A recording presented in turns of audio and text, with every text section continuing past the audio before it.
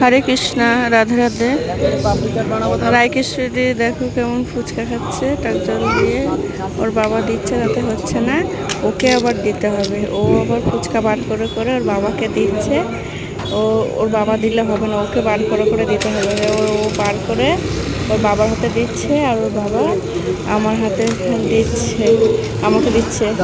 আমরা বাবা দোকানে যেতে পারিনি, তো আমরা রাত্রে ফুচকা, তো এখন আমরা রাত্রে ফুচকা খাচ্ছি। তো ফুচকা খেয়ে রাত্রে ফুচকাই খাবো, আর কিছু খাবো না। তো ওই দেখো বার করে করে দিচ্ছে, ওই বার করে করে দেবে, যে ধর দেবে।